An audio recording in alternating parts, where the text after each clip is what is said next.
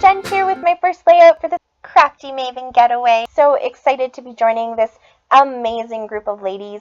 And amazing is the word of the day. I'm going to bring you guys a Scraplift it, and I'm scraplifting the amazing layout by Missy Whidden that you saw in the opening credits. I absolutely fell in love with that layout the first time I saw it, and so I knew I just had to do it.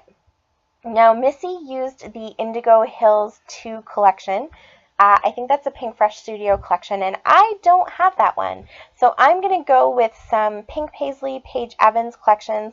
I'm mixing a few of them, so you'll have to forgive me that I don't know where each individual piece comes from, but they are all from her, including the cut file that I'm using.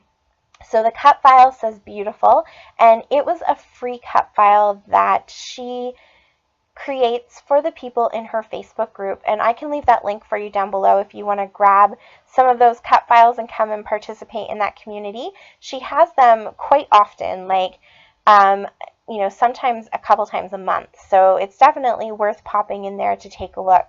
But that cut file reminded me of this Missy Whidden layout because I cut it out of pattern paper instead of out of cardstock, and that's what Missy did with her word amazing. So I grabbed this file and decided this is what I was going to do.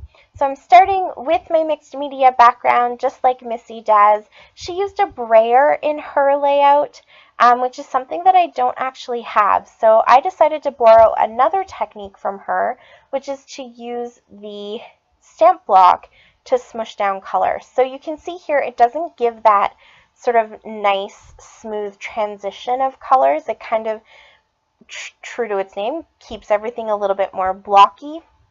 But I'm okay with that because my word has so many lines in it that when I put the word over top of it, you really don't get the feel that you've been kind of blocked into all of the colors. And I just mixed up a few colors that I thought were the ones that were the least represented in the word. So that purple, a little bit of yellow, some pink, and some green.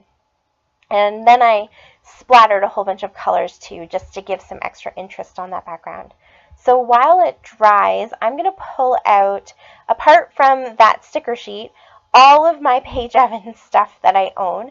All of this came from the Secret Not Secret Kit Club kits that I get. I don't know what I'm telling you there. Probably just about the flowers. I think that's what I might have been saying. So I posted the mood board at the beginning of this video too, and this month's mood board has a lot of flowers. It has some cupcakey flowers and a sketched rose and just really pretty flowers.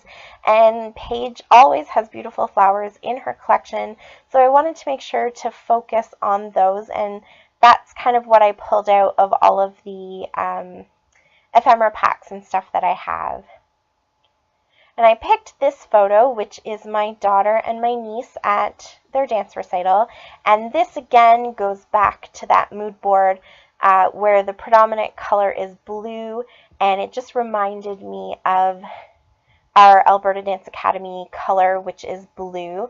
And in this picture, it stands out so much because the girls are both wearing kind of orangey and pinks, which of course is the contrast to blue. So that is my little throwback to the mood board. So while my paper is still drying, you can see here I'm just fussy cutting a few things. So I cut out one of those frames from that 6x6 paper that says you and me. And here I'm just going to fussy cut a few of these little, they're sort of more watercolory flower clusters. And I'm going to fussy cut some of these butterflies. I keep referring back to that cut file that I used because I want to make sure that I'm pulling out colors that are in that paper. So now that it's dry, I don't really like how bold everything is. It kind of looks like Mardi Gras just plopped itself on my paper. So I'm going to use some white acrylic paint and really push that into the background. And I think you know, if this was even too bold for you, you could add another layer of acrylic paint too. But I was kind of okay with, I mean, obviously you take the time to create that background, you want some of the color to show, but you can definitely keep playing and keep playing until you get it exactly the way you want it, just by adding layers of acrylic paint or gesso, or, you know, smushing colors on over top of these ones once everything's dried. And we all know Missy loves her shimmers and was part of the shimmers team. So I pulled out my shimmers. It's this beautiful white, kind of frosty, glimmery shimmers that I have. So again, that goes back to that beautiful mood board where everything just kind of looks wintry and frosty and beautiful.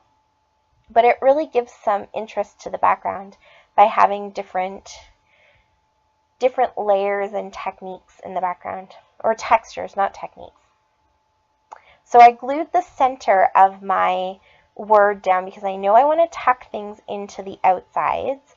And now I'll put my picture down.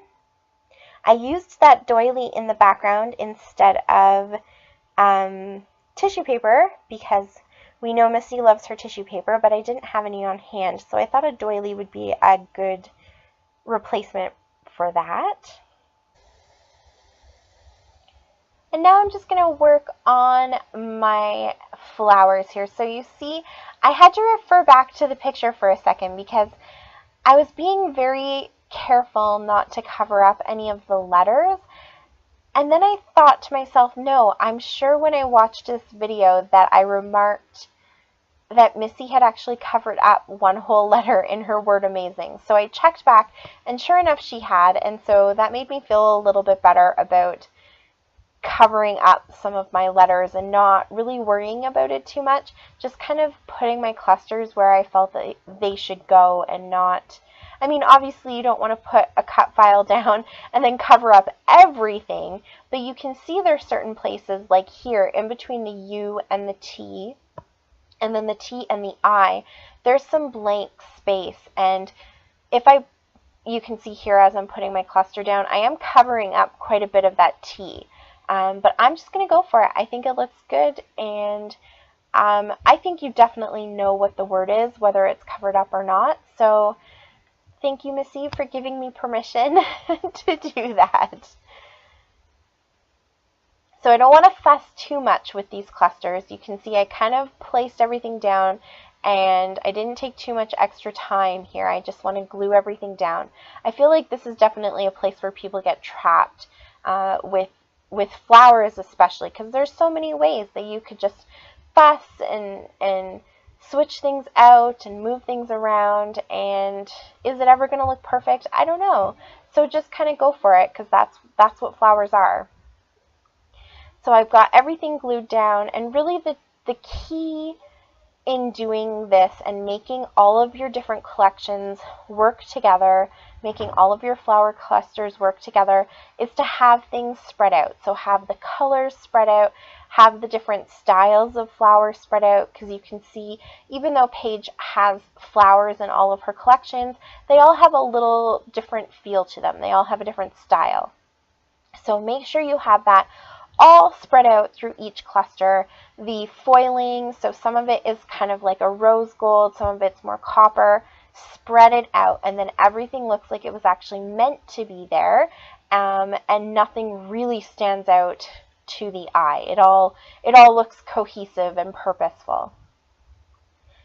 I have these stickers too, so this ends up being the only two things that I use off of that sticker sheet, but the colors matched, so I thought that's good that I at least got these in. And the stickers are debossed, so they have some texture to them, so that's kind of nice. So I stuck one little cluster, like one whole cluster with one of the flowers, and then up at that top I cut that little chunk off and decided to just throw that little chunk in somewhere else. So now I at least have that type of flower and those colors represented in 3 different areas.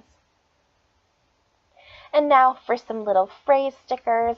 I love this part of Missy's layouts. I'm always just so in awe, I guess, of how she can tuck things into her clusters. She always finds a way to make them work, and she always uses lots of words and phrases. So whether it's in banners or stickers or rub-ons, however she has them, she's always able to tuck a few little ones in here and there, and they just look really nice. So I knew my layout had to have some of those too.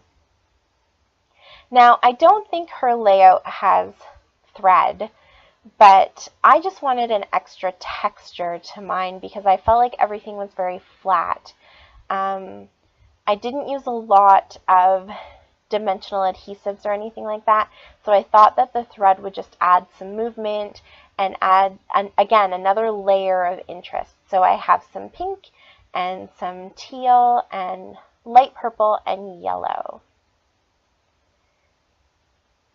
Now I'm going to use my gold pen. This is just a super cheap gold pen I got at the dollar store, actually.